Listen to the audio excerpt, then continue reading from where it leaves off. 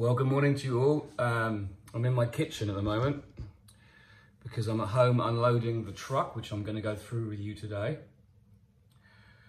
Yesterday I went up all the way to just north of Amiens. It's basically between Amiens and the north of France. It's about as far as you can go to an area called Oise, which is where Apiculture Le Rouge is, the beekeeping shop I go to. It's a heck of a long drive and we kind of have to work out whether it's worth it or not, but at the end of the day what we do is we take our wax that we melt throughout the year, render down, and we exchange it for foundation. So it was a really good exercise yesterday. I left it just after 3 AM in the morning because the problem is, and people don't understand this about France, I knew there'd be a lot of stuff to collect because I've given them an order. But also, as well as the order I'd given them, I wanted to get some other stuff and have a look around the shop because I wanted a honey, Maturator, things like that. So I leave about, say, just after 3, quarter past 3, I think it was this morning. I got there about 9:20, all the way up there yesterday morning, so it was perfect.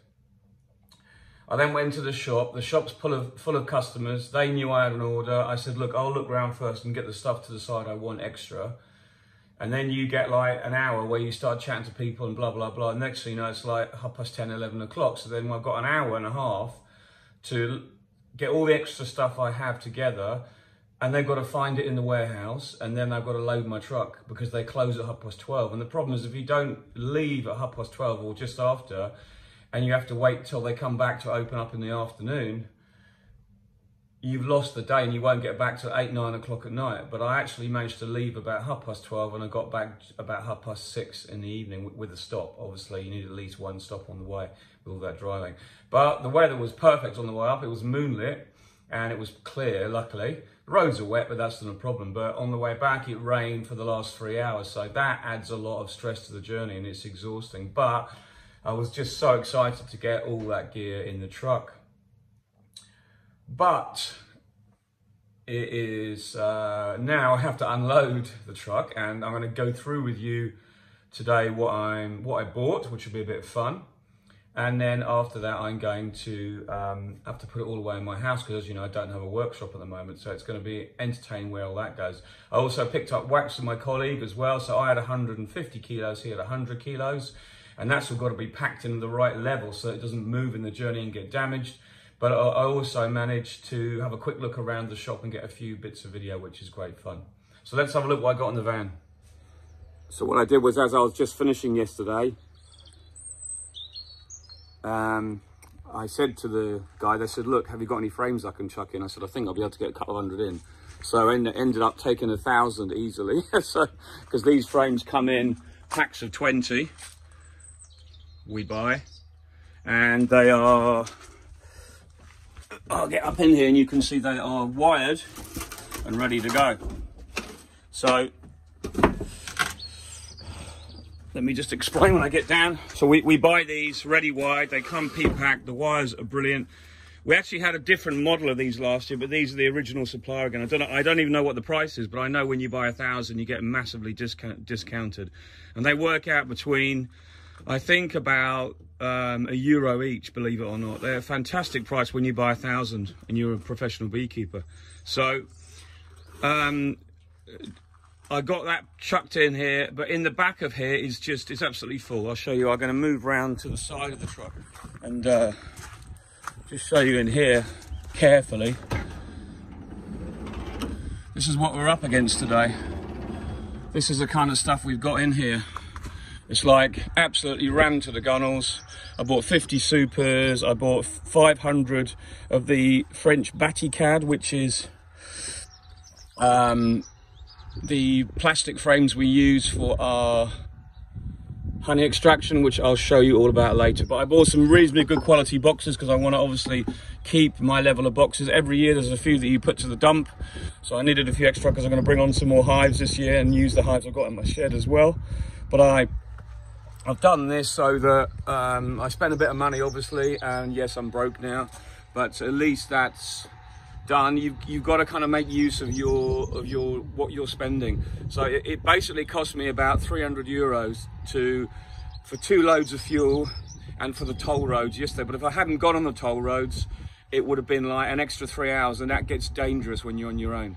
So I just paid the money. The toll roads are basically about 50 quid each way in France. They're expensive, but the toll roads, I have to say, are so good that when you're on them, you can almost relax a bit, because there's hardly any lorries, there's hardly any traffic, and it's beautiful to drive on them, much safer, to be honest, when you're doing that kind of distance. So that's what I do. Anyway, I'm going to start unloading this, and we're going to go through a few things as and when we do it, as when we unload it. First thing I'm going to do is actually unload all these loose frames, and then I'll have to move all the wax. But I managed to put the wax that is for me this far back, so my colleagues wax at the front, so hopefully I'll get most of my kit out this morning. And then I can't take the truck anywhere because and then I've got an appointment on the land at home here, where I've got my building going to be built eventually, because we've got a soil percolation test for the septic tank, so that's happening at lunchtime. It's just non-stop. But anyway, let's get this unloaded, and then I'll be able to talk to you more about what's inside. But the thing is, I've got to secrete these frames somewhere in the house because I have no room anywhere. But there's plenty of room in the house. But my daughter's bedroom's looking pretty like it's going to be loaded up with gear. But she's not going to be using it for 6 months, so who needs it? The other reason why I bought all these frames and stuck them in wasn't just the fact that I had not an empty truck, but I had extra space. Was the fact that when you fill a truck up and you're moving a long distance, it's so quick to pack if it's full, because nothing goes anywhere. And these frames, they all almost like, I don't know if you can see that, almost like stick together a bit when you move them, or when they're down, because they're all wrapped in this polythene. So they're a great way of blocking up your truck. And everything underneath wasn't going to really go anywhere, but I didn't want to risk it any further, especially when you've got wax foundation, because when you're transporting wax foundation, and say it's only like maybe 8-9 degrees, anything colder than that, your wax foundation becomes brittle. Even if it's really good foundation, it's easy to break it. So you've got to be so careful. So we are actually, the following morning from when I filmed yesterday, starting to unload the truck, because as I was mentioned, that the company that we're going to do the soil test for my septic tank on the land where I'm going to build, the Miellerie, arrived, and I had to go off and deal with that, and then I had to go off and rush around, empty other stuff quickly, get the van back that I borrowed off my colleague, give it a quick wash, blah blah blah. So that took up the day, and I had no time to finish the video. But there was a few things I bought that I wanted to show you that are probably of interest to you, because I do talk about them quite a bit, and it'll be good for you to see what I mean when I talk about things like these plastic frames I bought. So the whole idea of going to the beef shop was that I was going to be stocking up on the things that I need to run my business from home that I could not work without. So obviously when you share someone's equipment, there's a certain amount of things that you have of your own, but in my case it wasn't much. And what I needed to do was all at once get a load of stuff that means I can work from home and everything I need here. And when you actually work it all out, it's a heck of a lot more than you first envisaged. So it had to be done. So first of all, I actually bought 50 supers, and I upgraded a little bit on the quality, and I got even better than I thought. So I'll just angle the camera down. So these supers, they are actually made of Douglas fir. So they are really nice quality. They're screwed on the edges, rebaited. A nice honey super, Dadant honey super. I'm really pleased with them, because they get, when you buy 50, you get like a 15% discount on the price. At the end of the day, you've got to pay the money.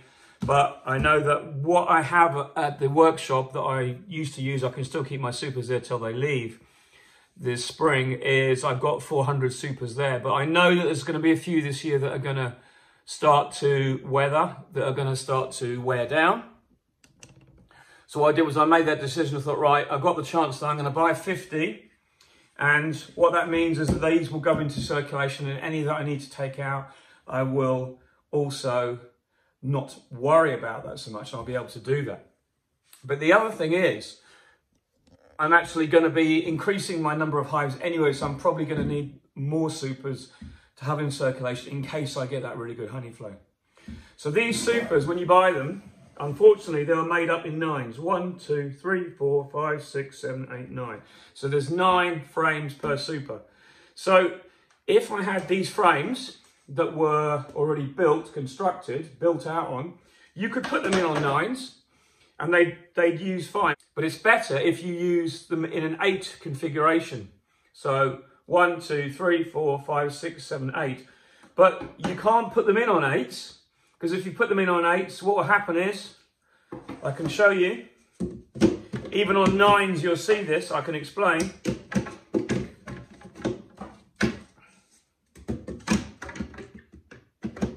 When these are on 9s, the bees will still, when they're on 9s, the bees will probably still build these out between the frames, because they're not too akin to building on plastic initially. But the solution is we put them on 10s. So we have 10 frames per box. And these are the crémaillère we use. These are called crémaillère in French, but they're basically castellations. 1, 2, 3, 4, 5, 6, 7, 8, 9, 10. So we change these over. You can see these fit in this. These will give these frames the spacing of 10 per box. As you've seen in my videos, if you look on some of my videos of beekeeping in Brittany, I've done as talks, I explain this. But it actually works really well, because then when you do have them on an 8 configuration, these frames can get built out really wide like that. So while I'm here, I'll talk about these frames. I mentioned these before. These are the Nico Baticadre, B-A-T-I-C-A-D-R-E.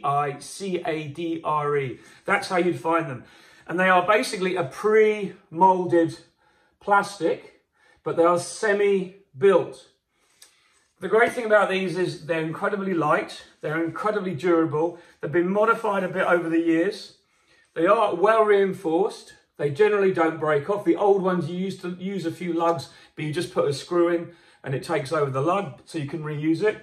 But if you do get wax moth or pollen in the frames, which obviously means the following year you're going to have less cells that are available to the bees, what you can do is just scrape it off with a scraper tool, pressure wash it, and it does no damage to the frame, and then you rebuild them on 10s. So that's another reason why I have a certain amount of boxes that are on 10 configuration, because there's always some frames to clean every year. So it means that then I constantly change, and I'll be putting, say, probably all this year, these boxes here will all go into a 10 configuration, because I've got 500 of these frames to fill them. So that's one of the expenses I bought another 500 frames to keep those in circulation. So that's one thing to talk about. Next thing to talk about is bee escapes. So these bee escapes are actually sold as crown boards. They come with a plastic hole in. I think it's 32mm hole in there. It says T32 on the plastic. But I bought these to convert them to crown boards. And what we do is, I think it's on this side, you put your lozenge on. The lozenge goes across there like that. And personally, I really like these. So as you can imagine, these weren't cheap, but they're made of wood.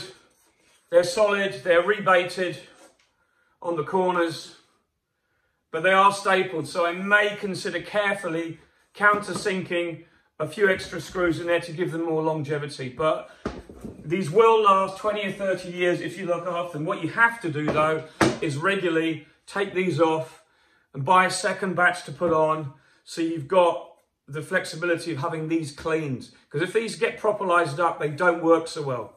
Because when you see those little holes, if the holes all become properlised up, the bees don't necessarily see the other bees underneath and they just sit in the top supers. So I really like this whole setup.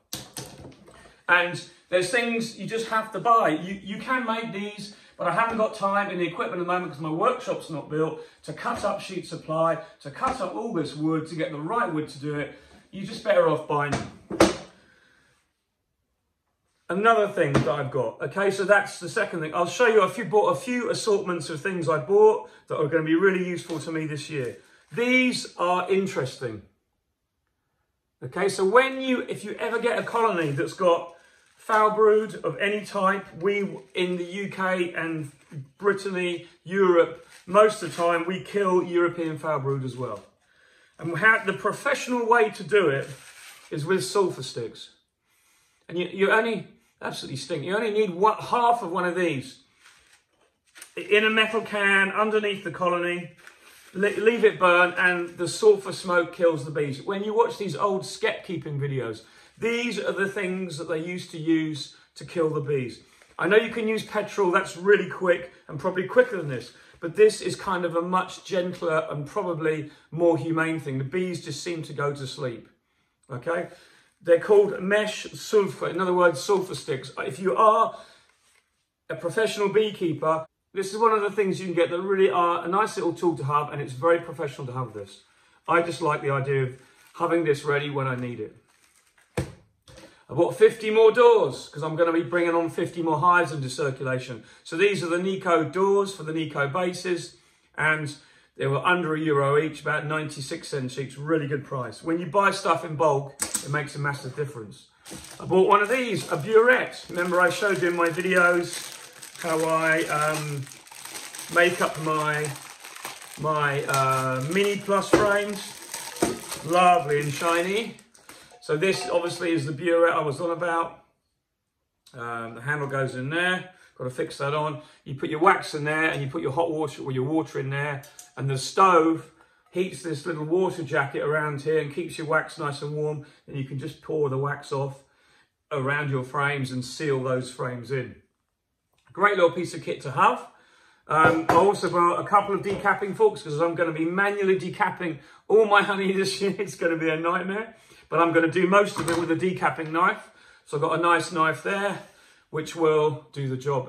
I'm not going for the hot electric knife at the moment. I just want to steer clear of that. I'm quite happy to have one that is like that, just to try. I may get the one that's slightly longer to try as well. What else did I get? I also bought lots of little things. You can actually buy spare caps that go inside my feeder trays. These are called cabochons, and they sit inside, 2 inside each feeder. Occasionally you lose one, it falls out and you mow over it, something like that. Another smoker. I do like these Dayton smokers. They do take a lot of hammering. I've got 3 now. This will be my 3rd one in circulation. If you ever want a good smoker, I just say buy one of these because it's reliable. In this box, I also got other things in here. I bought some spare handles. I've got a few hives that had oldish handles on that are kind of broken or rusted, so I wanted to change them also. I've got some boxes that have just been made up. I've also bought some metal queen clips this year because I'm forever losing these. I think I lost 4 last year. The plastic ones get stood on. And gloves. Those packets of gloves I use. And I bought some Nico cups for grafting, but I actually ordered 2 boxes of 1,000. I got 2 boxes of 100. So I've got to get some more of those. That will not be enough for me for this year. I did also buy myself a couple of really good pieces of kit that I think are essential, and I'll show you those.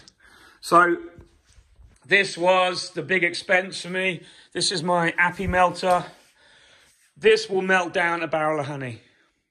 So the idea is that you put this in top of the honey. I can show you a picture now. And over the course of 24, 48 hours, it sinks down at the correct temperature without damaging the honey. It never gets too hot, and then you end up with the whole barrel warmed, okay? But the good thing about this one is it's a new model, and you'll notice, if you know anything about these, that the actual thermostat is actually up in here now.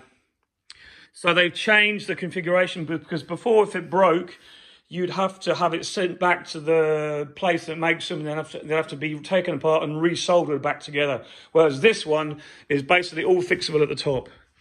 So it's a major expense. I mean, that's like about 800 euros for this.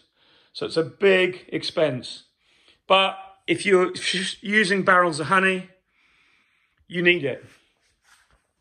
I'll just show you into my veranda, you can see how completely busy, full it is. There's the supers, there's all the bits and pieces, there's all my frames. It's just chocker block. But this is the nice piece of kit I also treated myself to. This is my honey maturator. So I can put honey in this, let it settle, or settling tank we call it, and then I can pot up honey in to, I've got to take all this plastic off eventually, but as you can see, I'm just trying to get round sorting all this out and getting everything done. There's all my wax foundation. And there is all my bee escapes. So I stack them up this way so that they can breathe. If they need to move a bit, they can. Because they've all got to have the bee escapes fitted and they'll be used in the summer. So they're not the urgent job. The urgent job is actually to wire up as many of these as I can and then get on with the other ones behind, because the ones behind also need to be done and rewired because they're the old ones. So loads and loads to do. This is my workstation at the moment where I'm doing all my work. So overall, it was a good day. So that is a very brief run through of the things I bought. There's just things you have to have when you're dealing with over, you know, a couple of hundred hives. You can't extract honey successfully without having the right kit to do it. It's just impossible. You might as well just not bother. So I've got my bee escapes, I've got my extra supers, I've got my extra frames, I've got more equipment to extract with, and it'll just keep me going until I can get my workshop built in the autumn. Coming to that project is going really well. I've now got the drawings back from the company that's supplying the building, so they've gone to the architect.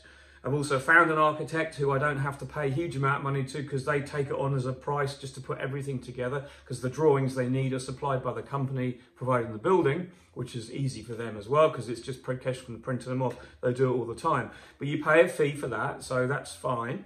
But the other good thing is, as I said, I've just had the soil test done, so that's for the septic tank, which will be at the workshop. So really everything is done. When as soon as I get the report back from the people who did the test yesterday, I then send that to the commune. They then send that to the company that officiate over the. It's all very complicated in Europe, but you have to have we call it a sanismo. You have to have that officially verified that it's the correct system to put into place, because we're really hot in here on nitrates going into the ground, and make your digestive system for the septic tank is the right one. So all that has to reach conformity, and it has to be ready to go in with the plans. However, all the plans I need are basically there. So I'll be able to go into this spring temporarily in my reefer container, which is an insulated 40-foot container. But that means I can extract there, like in a honey house. It'll be pretty sterile, pretty clean. The honey will be of good quality. It's nothing iffy about it. It's going to be all pressure washed out before. I can heat that, and then I can carry on and do that this spring and summer and get through the season while the plans for my building are going through their various phases, because it's about 2 months to get through the actual application, and then it's another 2 months of what they call a period of reflection, and that gives anyone who has opposition to voice their opposition. But the way it works in France is, once you've got your initial certificate d'urbanism, in other words, they said that it's, yes, probably okay, providing you submit the plans. If the plans you submit follow the regulations, it's pretty likely they'll give you the thumbs up. So I have to put also on my land, I have to put 2 big boards up explaining what the building is, the size, the dimensions, the number of the reference for the application, so that anyone sees that and goes, oh, I want to make an application against that, they have the right to do so. It's just the way they do things here. Everything is open, everything is transparent. So when I get that final permission in hopefully 4 months' time, I'll be nearly through the season. But in the meantime, I can get on with the spring and summer, as I said, but also I can now get prices in for getting the slab done, which is probably going to be a lot of money, probably as much as a building, if not more. Because the slab, I'm going to have a warming room in the building, and some of the slab's going to be insulated. In fact, I might get the whole thing insulated for what it's worth, but we'll see what the prices come back at. So a massive amount going on, but not really. I'm just really glad that I've managed to kind of use my time wisely and get what I can cobble together for this spring as a kind of makeshift workshop, my veranda conservatory is going to do for the next few weeks, months, while I make up all my frames. I've got a load of barrels that I'm pressure washing now, cleaning, and that's great. I've got barrels capacity. Well, I was having this discussion with my friend this morning, who I'm actually going to visit in Ireland in next week. So I'm going to do a video on that, which will be great. But we were chatting, saying, you know, what is the difference between buying barrels and filling your honey into barrels and filling plastic tubs? Well, for me, previously, I used to sell in bulk. So when I sold a barrel of honey, I could use that machine I've just bought and warm it through in a day or a couple of days, and then sell it as 300 kilos in tubs. But then he said to me, well, what's the difference in selling that in a barrel than in tubs? I said, well, the problem is for me to warm up lots of tubs is a lot more tricky and it's a lot easier if it's in the barrel. So there's no right or wrong answer. There's no trade-offs, but I'm hoping that if I can get my warming room built correctly, I'll be able to warm honey up to the temperature very, very slowly prior to bottling it and jarring it and separate batches, blah, blah, blah. But also I'll be able to warm my frames that I bring in the spring that might be starting to crystallize a bit, just to keep them at that temperature so I can get the honey off quickly. That's the thing about it. But there's no, as I said, there's no right or wrong answer in many things in beekeeping and building a building. You instantly like, oh, where should I have my front doors? Where should I have this? Where should I have that? And it's just a minefield. But you have a basic plan that you know that, for instance, when I visit the beekeeping shop yesterday, everything that's heavy is right by the front doors because there's no point in putting it at the back. It's exactly what you do with your own building for a start. And there's obviously the great videos from Bob Binney and Duck River Honey, I think it is, that he did some great interviews with Bob Binney, and he's gone through so much, and that's been a massive help to me, just as reference. And then you ask the people, and I'm going to visit my friend Ollie next week, and Ollie's farm, so watch out for the video. And he has done his own workshop. He has done exactly the same as I'm doing, and he's already given me a massive help because we're talking about dividing up the workshop inside, and he says, why don't you use a mezzanine? I'm like, well, what's a mezzanine? He said, well, it's just a metal construction, but it's actually really cheap because I'm looking now at the prices of shuttering, of ply, of stud work. So to get stud work built inside once the main building is up. So essentially, you'll be building inside a building, but you need to partition it off. But the problem is if you're having ceilings, because you want a ceiling above your room, do you just do it in like a light ceiling, suspended ceiling, and then you can't put anything on top of it? Or if you spend a little bit of money, you can get a mezzanine, which means you get 2 floors. And my building is easily big enough for 2 floors. So half of it will be 2 floors. So it gives me masses of space, and it'll be in metal, and I'll get someone in to fit it. So that's like a little tip I picked up that is going to save me masses of time, but also really quick to fit. It'll just come and do it probably in 2 or 3 days, because when they build mezzanines, they're like in a Meccano kit, and they're just bolted together like my building will be. Anyway, that's going to all come later. It's all getting really exciting. I'm going to leave it there because I'm just talking, because I'm getting excited and there's so much to do. Anyway, be well, be safe, catch you again soon. It's all happening. Bye for now.